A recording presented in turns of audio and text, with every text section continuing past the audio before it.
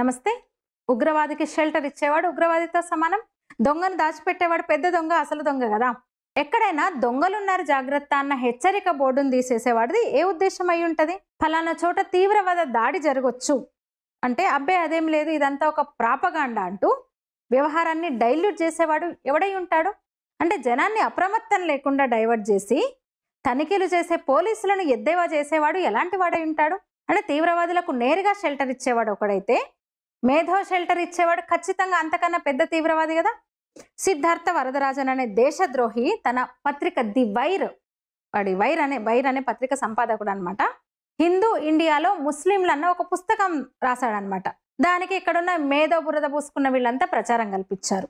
అందులో తీవ్రవాదుల పట్ల ఒక సాఫ్ట్ కార్నర్ను సాఫ్ట్ కార్నర్ ఏర్పరిచే ఒక విషయాలు ఉంటాయి అనమాట. అంటే సెంటిమెంట్లు, ఆయింట్మెంట్లు ఇవన్నీ ఉంటాయి. దానిలో ఏముంటుంది అంటే తీవ్రవాదుల పట్ల ఒక సాఫ్ట్ కార్నర్, అంటే అది చదివితే కూడా తీవ్రవాదుల పట్ల చదివిన వాళ్ళకు ఒక సాఫ్ట్ కార్నర్ ఏర్పడుతుంది అనమాట. అట్లాంటి సెంటిమెంట్లు, ఆయింట్మెంట్లు ఇవన్నీ ఉంటాయి. అంటే ఈ దేశంలో ఉన్న హిందువులు లేదా ఈ ప్రభుత్వం ఒక మతం పట్ల అసలు చూపించకూడని వివక్ష చూపుతుందని బిల్డప్ ఇస్తారు దాంట్లో. అయితే సరిగ్గా ఉగ్రవాదుల నెట్వర్క్ బట్టబయలయ్యే ముందు లేదా ఏదన్నా ఇంకా జరుగుతుంది అన్నప్పుడు ఇవి ప్రచారం జరుగుతాయి అనమాట. దీంట్లో ప్రజలు డైవర్ట్ అవుతారు. అంటే తీవ్రవాదులకు సందు దొరికింది అన్నట్టు, షెల్టర్ దొరికింది అన్నమాట. అంటే ఒకటేమో ప్రజల్లో అప్రమత్తత తగ్గుతుంది, రెండు ఏం జరిగినా ప్రభుత్వాన్ని అప్రతిష్ట పాలు చేయాలనే ఒక కుట్ర. ఇంకా దారుణం ఏంటంటే ద్రోహుల పట్ల ఒక జాలి క్రియేట్ చేస్తారనమాట వాళ్ళు. అంటే బాంబులు పేల్చి ప్రాణాలు తీసిన వాడే బాధితుడు. ఆ పేల్చడానికి ఆ పేలుళ్లకు కారణము జాతీయవాదులు లేదా కేంద్రంలో ఉన్న జాతీయవాద ప్రభుత్వంని ఎస్టాబ్లిష్ చేయడం అనమాట. ఈ సందట్లో ఇంకా వాడు తప్పించుకుపోయే ఏర్పాట్లు జరిగిపోతాయి. భౌతికంగా షెల్టర్ ఇచ్చినాడు కోర్టు సాక్ష్యాధారాలకు దొరుకుతాడు, వాడు వాక్ స్వేచ్ఛ కింద బయటపడతాడు. ఇప్పుడు ఏదైనా దాడి జరిగిన తర్వాత యాక్టివ్ అయ్యే సోషల్ మీడియా టూల్ కిట్ మీద మాత్రమే మన ధ్యాస ఉంటుంది. అయితే ఇప్పుడు ఏదైనా ఉపద్రవం జరగబోయే ముందు ఈ ముఠా, ఈ గ్యాంగ్ ప్రాపగాండా నిశ్చితంగా మనం గమనించాల్సింది. నిన్న ఢిల్లీ పేలుళ్లకు ముందు రక్షణ దళాలు వాళ్ళ కుట్రలను ఛేదించినాయి. కానీ కాంగ్రెస్, కమ్యూనిస్టు ఈ మేధో షెల్టర్ ఇచ్చే పనిని చాలా రోజులుగా విస్తృతంగా చేస్తున్నాయి. అంతేకాదు ఈ దాడుల మీద ఇట్లా దాడులు జరుగుతున్నాయి, నిఘా వర్గాలు, భద్రతా సంస్థలు దాడులు చేస్తున్నాయి అంటే వీళ్ళ వ్యాఖ్యానాలు కూడా చూస్తున్నాం మనం. నిన్న ఢిల్లీ పేలుళ్లకు ముందు ఢిల్లీలో పేలుడు జరిగింది, కానీ 5-6 రోజులుగా రక్షణ దళాలు, భద్రతా దళాలు వాళ్ళ కుట్రలను ఛేదించాయి చాలా చోట్ల. కానీ ఎక్కడో ఒక చోట లూపు దొరుకుతుంది. నిజానికి కాంగ్రెస్, కమ్యూనిస్టులు మేధో షెల్టర్ ఇచ్చే పని కొద్ది రోజులుగా విస్తృతం చేసినాయి. పుస్తకాల రిలీజులు, ఎన్నికల్లో మాకు ఆ మతానికి ఏమీ భేదం లేదు, వాళ్ళని తిడితే మమ్మల్ని కూడా అన్నట్టే, పాపం వాళ్ళకు రక్షణ లేదు అనే ఒక పిక్చర్ క్రియేట్ చేస్తూ వచ్చినాయి.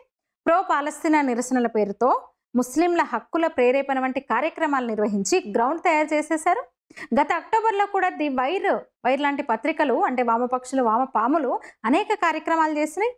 ఇవన్నీ కూడా ప్రజల అప్రమత్తతను, ప్రజల జాగ్రత్తను పాసిఫై చేసేవే.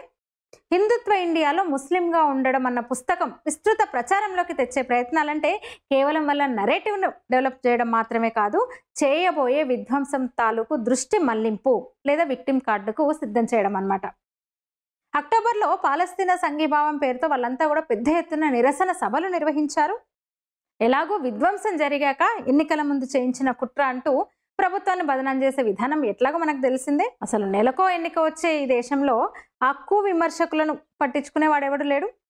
దాడి చేసిన వాడు ఆ వర్గం కాబట్టి కాస్త జ్ఞానం ఉన్నవాడు ఎవడు కూడా దాన్ని నమ్మడు. కానీ ఈ మేధో షెల్టర్ల గురించి మనం సరిగా పట్టించుకోం.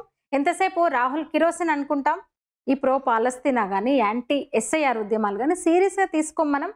అంటే ప్రమాదం జరిగే ముందు దృష్టి మళ్లించి మన అప్రమత్తతను డైవర్ట్ చేసే గ్యాంగే అసలు ప్రమాదం. ఈ గ్యాంగ్తోనే అసలు ప్రమాదం. ఇదిగో మీ జేబులోంచి డబ్బులు పడిపోయినాయని ఒకడు డైవర్ట్ చేస్తే వాడి చేతిలో ఉన్న సూట్ కేసు దొంగిలించుకుపోయే ఇంకో దొంగ వ్యవహారం ఇదనమాట. అసలు వీళ్ళకి ఆ మతాన్ని రక్షించేసేంత పని ఎవరు కల్పించారు? అంత ప్రేమ దేనికి? అంటే మేధో షెల్టర్లను ప్రభుత్వం కాదు, పోలీసులు కాదు, మనం పట్టించుకోవాలి. సోషల్ మీడియాలో కూడా వాళ్ళని గాలిస్తే రాబోయే ప్రమాదాలను మనం ముందే పసిగట్టొచ్చు. డాక్టర్లు, ఇంజనీర్లు ఆ వర్గానికి చెంది ఉండొచ్చు.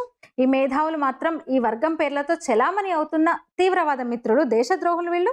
మీ ఊళ్ళో కనుక ఇలాంటి సభలు, సమావేశాలు జరిగినాయి అంటే త్వరలో మూడినట్టే మనకు.